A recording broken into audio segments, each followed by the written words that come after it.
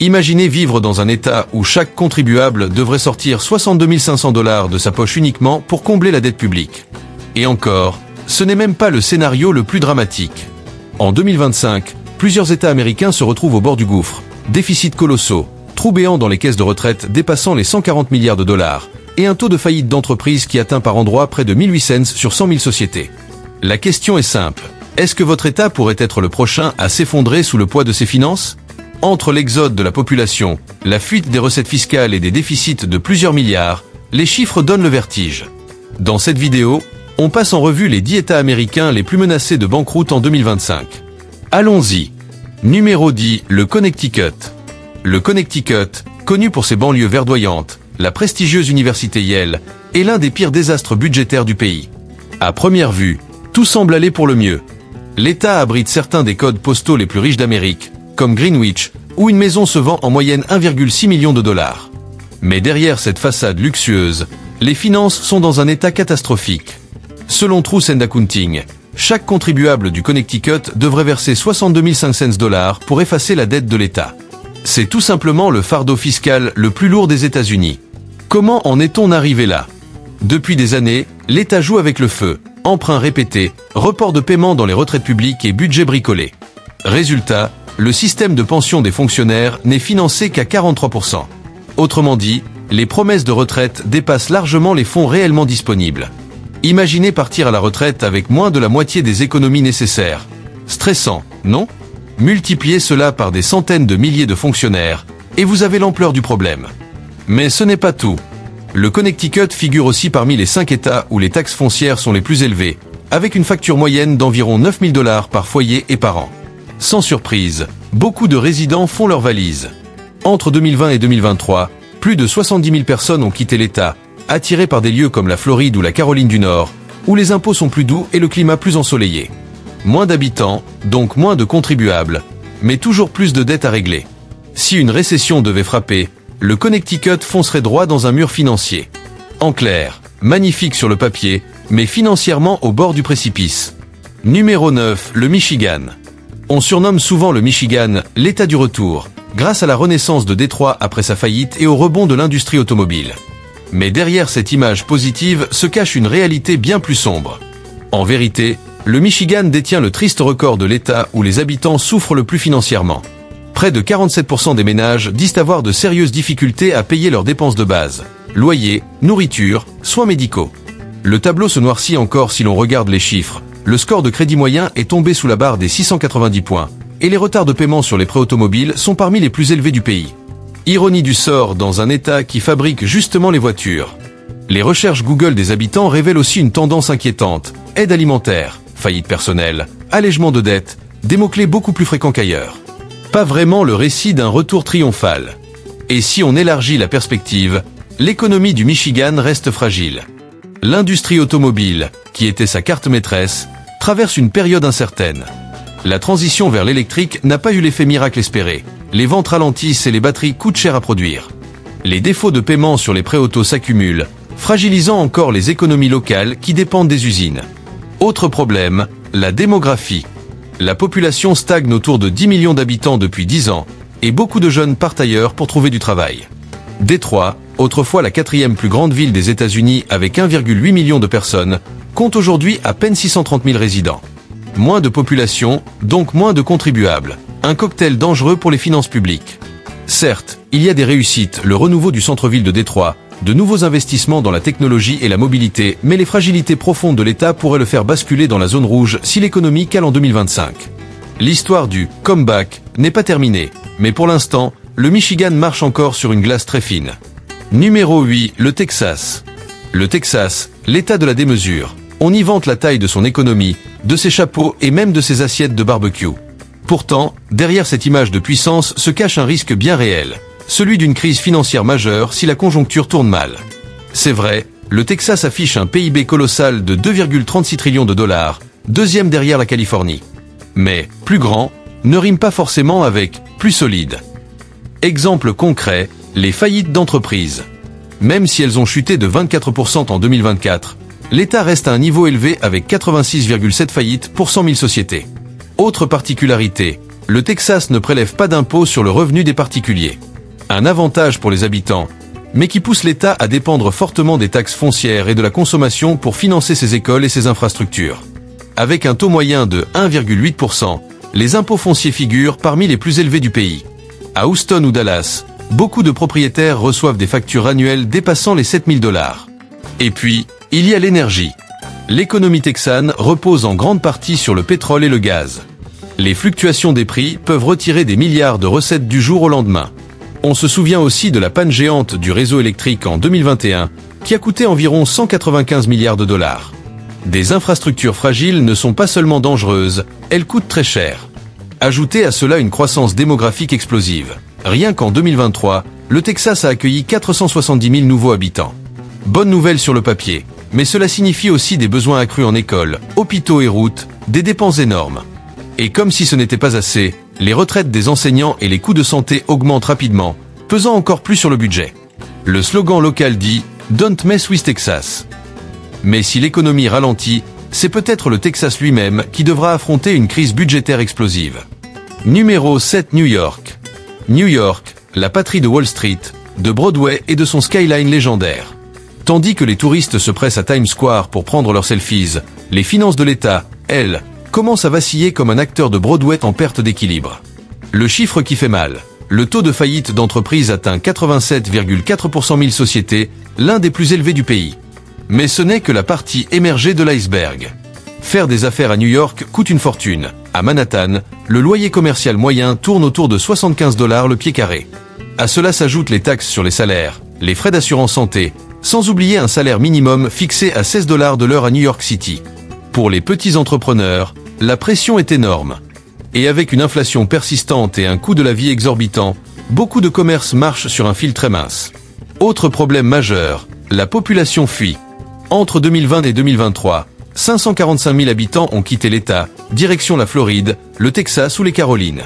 Moins d'habitants, c'est moins de contribuables pour remplir les caisses, alors que les factures, elles, ne diminuent pas. Les retraites publiques accumulent des dettes colossales et l'endettement global de l'État dépasse déjà les 150 milliards de $. Certes, Wall Street reste une machine à cash, représentant à lui seul près de 20% du PIB de l'État. Mais même la finance n'est pas intouchable. Hausse des taux d'intérêt, bureaux vides depuis la pandémie et croissance de l'emploi poussivore secteur financier pèsent lourd sur le budget. Résultat, derrière ces paillettes, New York affiche une santé financière bien fragile. Et si l'économie nationale ralentit en 2025, l'Empire State pourrait affronter une tempête budgétaire pour laquelle il n'est pas préparé. Numéro 6. La Californie. La Californie, terre des stars d'Hollywood, des milliardaires de la Silicon Valley et des plages à couper le souffle. Mais derrière cette image dorée se cache une bombe budgétaire qui pourrait exploser si l'économie déraille en 2025. L'exemple le plus frappant, en 2022, l'État affichait un excédent record de 100 milliards de $. 2 ans plus tard, en 2024, il se retrouvait avec un déficit de 22 milliards. Des montagnes russes financières. Où est passé l'argent? Une grande partie part dans les programmes sociaux, la santé, l'éducation, tandis que les recettes fiscales dépendent énormément des plus riches. En Californie, 1% des contribuables paient près de la moitié de l'impôt sur le revenu. Problème, quand la bourse flanche ou que les licenciements tech s'enchaînent, ce qui a été le cas, les caisses se vident instantanément. Et ce n'est pas tout. Les catastrophes naturelles aggravent la situation. Les incendies de 2023 ont causé 26 milliards de $ de dégâts, entraînant une explosion des primes d'assurance, parfois en hausse de 82% pour certains propriétaires. D'autres n'arrivent même plus à s'assurer, ce qui oblige parfois l'État à intervenir directement. Les grandes compagnies d'électricité comme PGE ou Edison International croulent sous les dettes liées aux incendies. PGE a déjà dû déclarer faillite une fois pour cette raison. Et si de nouveaux désastres frappent, les contribuables risquent encore de payer l'addition. À cela s'ajoute l'exode des habitants. Entre 2020 et 2023, 800 000 Californiens ont plié bagages, attirés par des États où la vie est moins chère et les impôts moins lourds. Moins de monde, donc moins de recettes fiscales, mais toujours des dépenses astronomiques. Bref, aussi splendide soit-elle, la Californie révèle des fissures inquiétantes.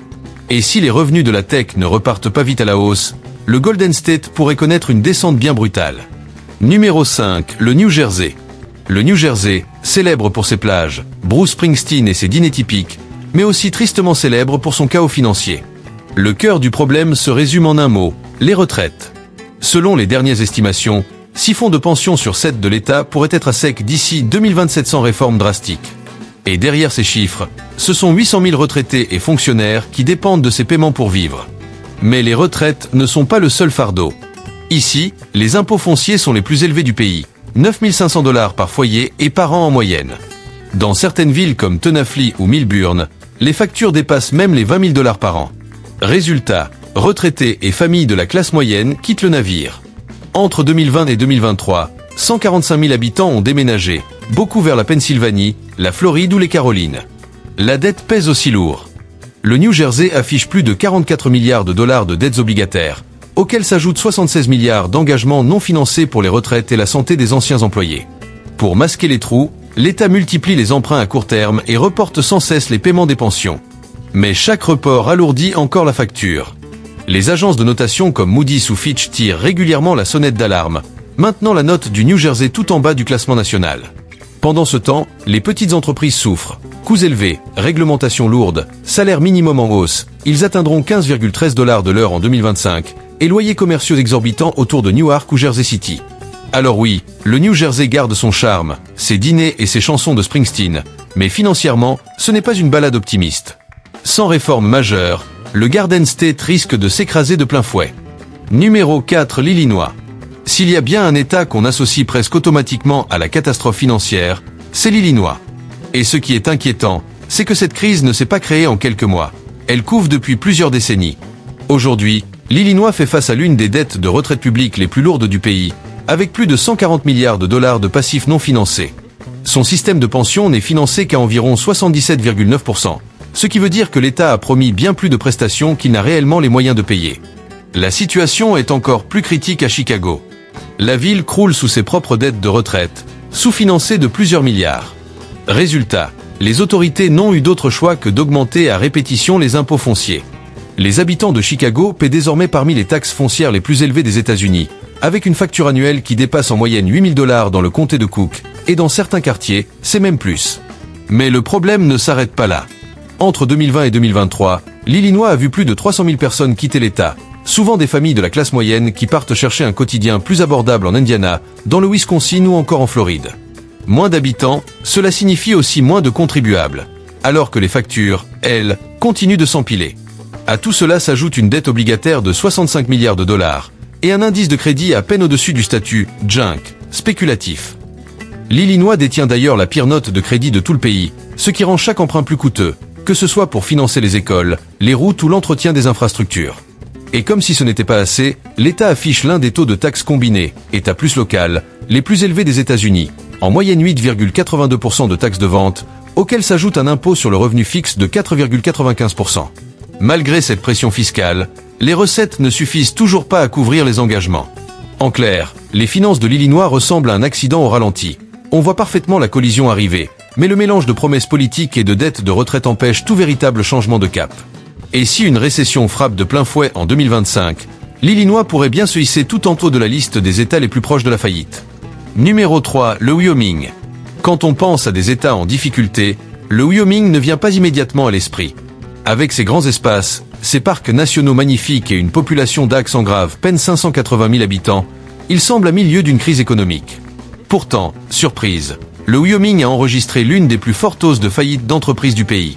On parle d'une explosion de 366,7%, passant de seulement 3 faillites en 2023 à 14 en 2024. Certes, le chiffre brut paraît faible, mais à l'échelle d'un État avec si peu d'entreprises, c'est un choc. La cause principale, l'extrême dépendance du Wyoming à l'énergie. Son économie repose largement sur le charbon, le pétrole et le gaz, qui génèrent une part énorme des revenus publics grâce aux taxes d'extraction.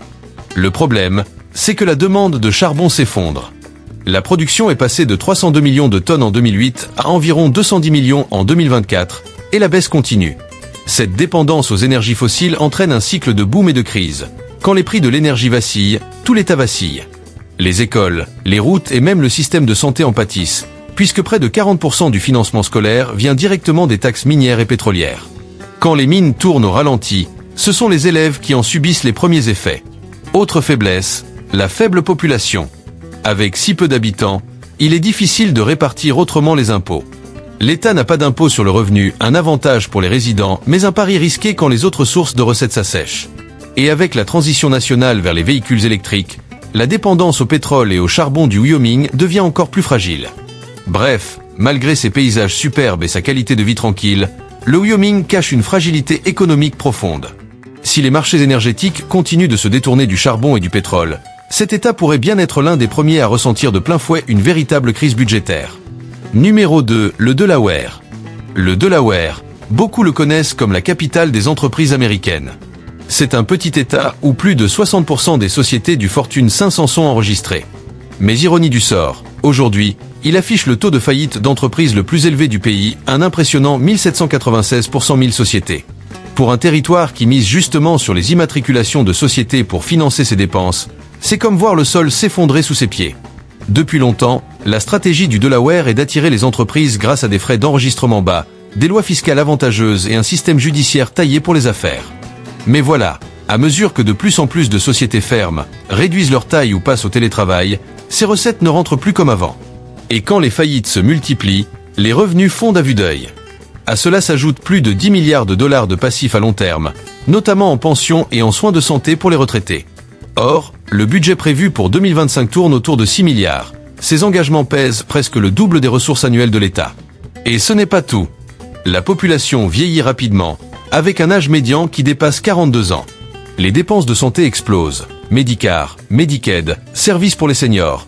Tandis que la participation au marché du travail recule, tombant à environ 60%, car les jeunes actifs s'en vont chercher de meilleures opportunités ailleurs. Même si le Delaware ne connaît pas l'exode massif observé dans l'Illinois ou l'État de New York, sa dépendance à un flux continu d'enregistrement d'entreprises le rend extrêmement vulnérable. Moins de sociétés créées, moins de frais encaissés. C'est aussi simple que ça. En résumé, celui qui fut un havre pour les entreprises se retrouve confronté à sa propre tempête financière. Si les fermetures d'entreprises continuent d'augmenter en 2025, le Delaware pourrait bien se retrouver en tête des États les plus proches de la faillite. Numéro 1, la Géorgie. La Géorgie, surnommée l'État de la pêche, en surprend plus d'un dans ce classement. Sur le papier, tout semble aller pour le mieux. Atlanta abrite des géants comme Coca-Cola, Home Depot ou Delta Airlines. Mais en creusant un peu, les chiffres révèlent une réalité bien moins brillante. Entre 2023 et 2024, l'État a enregistré une hausse vertigineuse de 184% des faillites d'entreprises, passant de 213 à 605. Ce n'est pas un simple signal d'alerte, c'est une véritable sirène d'urgence. Et derrière cette vague de faillites, ce sont surtout les petites entreprises, commerces, restaurants, services qui trinquent, étouffés par les taux d'intérêt élevés, l'inflation et la baisse des dépenses des ménages. À Atlanta, le centre-ville souffre particulièrement. Plus de 23% des locaux commerciaux sont désormais vacants. Les boutiques ferment les unes après les autres. Dans le même temps, le chômage repart à la hausse, atteignant 4,7% début 2025, tandis que la progression des salaires stagne. Le coût de la vie, lui, grimpe sans cesse. Le loyer médian avoisine désormais 1 900 $ par mois, et le prix médian des maisons a dépassé les 400 000 $, excluant de plus en plus de familles de la classe moyenne. Mais le problème ne se limite pas au logement. Le modèle fiscal de la Géorgie repose en grande partie sur les taxes de vente et les taxes foncières. Quand la consommation ralentit ou que les immeubles restent vides, les rentrées fiscales s'assèchent très vite. Le système de santé ajoute une autre couche de fragilité. La Géorgie fait partie des 10 pires États en matière d'accès aux soins. Quand les emplois disparaissent, de plus en plus de résidents basculent vers les programmes publics comme Medicaid, ce qui alourdit encore les dépenses de l'État. Enfin, la tendance migratoire joue contre lui. De nombreux jeunes travailleurs quittent la Géorgie pour s'installer au Texas ou en Floride, en quête de meilleures perspectives. Résultat, la base économique de l'État s'effrite peu à peu. Bref, sous son image encore attrayante, la Géorgie cache une situation financière explosive. Et si 2025 devait être marqué par une récession sévère, l'État de la pêche pourrait bien être le premier domino à tomber dans la chaîne des crises budgétaires américaines. Voilà, vous connaissez maintenant les États américains qui, derrière une façade parfois rassurante, cachent en réalité des fragilités financières inquiétantes. Que ce soit l'Illinois, le Wyoming, le Delaware ou même la Géorgie, chacun illustre à sa manière les risques d'un système budgétaire sous pression. Et vous, qu'en pensez-vous? Est-ce que ces États vont réussir à redresser la barre? Ou bien sommes-nous déjà face au prochain grand foyer de crise économique aux États-Unis? Partagez votre avis dans les commentaires. Je suis curieux de lire vos réflexions. Si cette vidéo vous a plu, pensez à mettre un like, à vous abonner et à activer la cloche pour ne rien manquer des prochaines analyses. Et surtout, partagez cette vidéo autour de vous. Plus nous serons nombreux à en discuter, plus le débat sera riche. À très bientôt pour une nouvelle exploration de l'actualité économique et financière.